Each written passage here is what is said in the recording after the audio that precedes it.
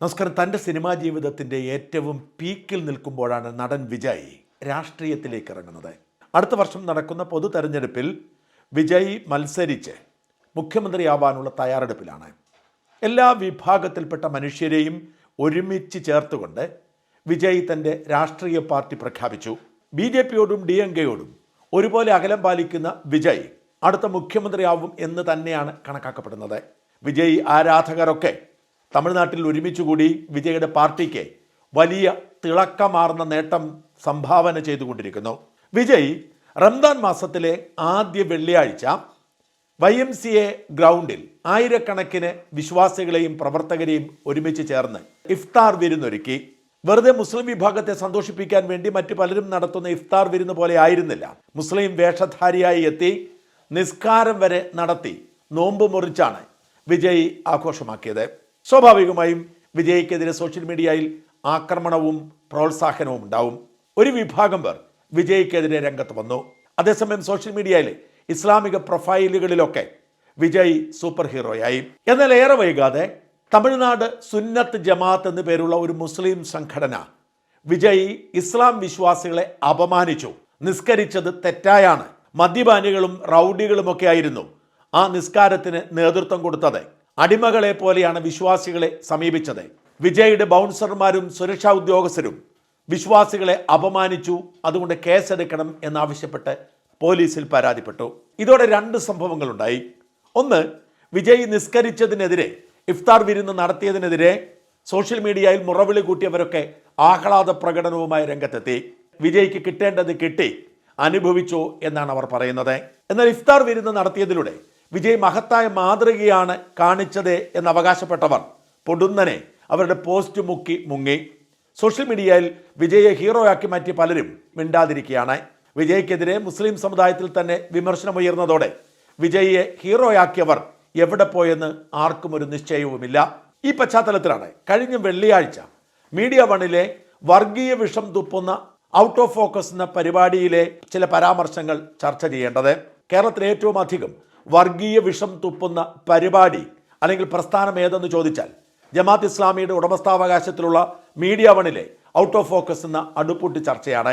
ഓരോ ദിവസവും ആ ചർച്ചയിൽ പങ്കെടുക്കുന്നവർ സമൂഹത്തിലേക്ക് തുറന്നു വിടുന്നത് വർഗീയ ഭീകരതയുടെ വിഷമാലിന്യമാണ്. വർഗീയത പറയാത്ത ഒരു ചർച്ച പോലും അവിടെ ഇല്ല എന്നത് ശ്രദ്ധേയമാണ്. ദാവൂദ് എന്ന ജമാഅത്ത് ഇസ്ലാമി നേതാവും അജിംസ് എന്ന മാധ്യമപ്രവർത്തകനുമാണ് ഈ വിഷവർജനത്തിന് നേതൃത്വം കൊടുക്കുന്നത്. താരതമ്യേന ഈ വിഷവിസർജ്യ പരിപാടിയിൽ ഭേദപ്പെട്ട രീതിയിൽ സംസാരിക്കുന്ന ആളാണ് നിഷാദ് റാവുത്തർ എന്ന അവതാരകൻ. നിഷാദ് റാവുത്തർ നിവൃത്തിയില്ലാതെ ചിലപ്പോഴൊക്കെ വിഷം തുപ്പാറുണ്ടെങ്കിലും മറ്റ് രണ്ടുപേരെയും വെച്ച് നോക്കുമ്പോൾ നിഷാദ് വളരെ ഭേദമാണ്. വിജയ് ഇഫ്താർ നടത്തിയ ദിവസം നിഷാദ് റാവുത്തർ ആവേശഭരിതനായിരുന്നു. മഹത്തായ മാതൃകയാണ് ഇതെന്നും ഇൻക്ലൂസീവായിട്ടുള്ള ഒരു സമൂഹത്തെ വളർത്തിയെടുക്കാൻ എല്ലാവരും ഈ മാതൃക പിന്തുടരണമെന്നും നിഷാദ് റാവുത്തർ ആവശ്യപ്പെട്ടു. ഇൻക്ലൂസീവ് സമൂഹമാണ്.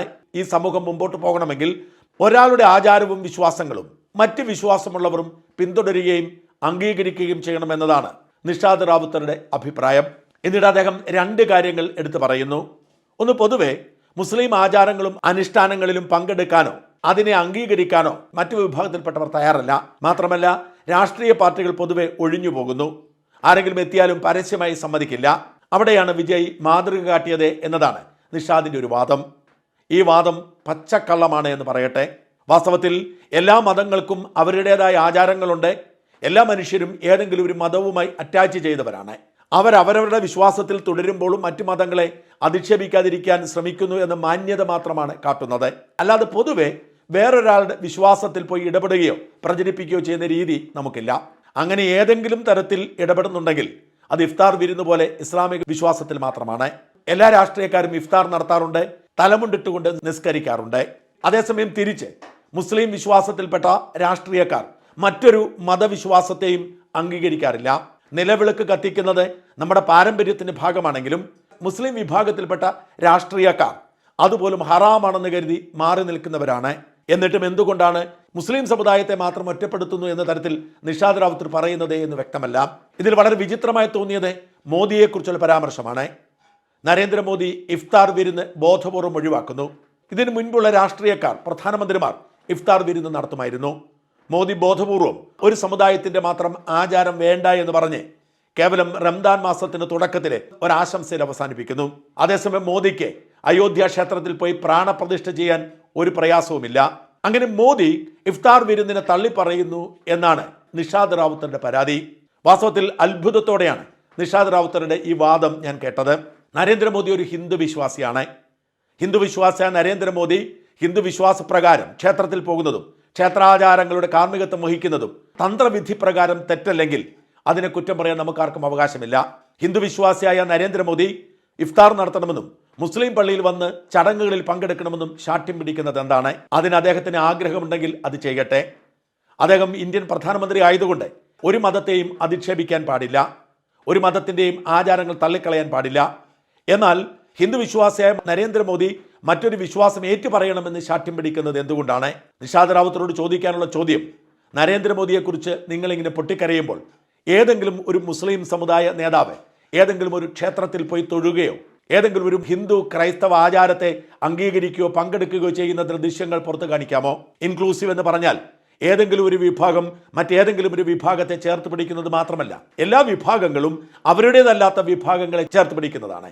എൻ്റെ വ്യക്തിപരമായ അഭിപ്രായത്തിൽ എല്ലാ വിശ്വാസികളും മറ്റു മതങ്ങളെ അംഗീകരിക്കുകയും അവരുടെ വിശ്വാസങ്ങളോട് ചേർന്ന് പോവുകയും ചെയ്യണം. ക്രിസ്ത്യാനി മോസ്കിലും പോകണം, അമ്പലത്തിലും പോകണം.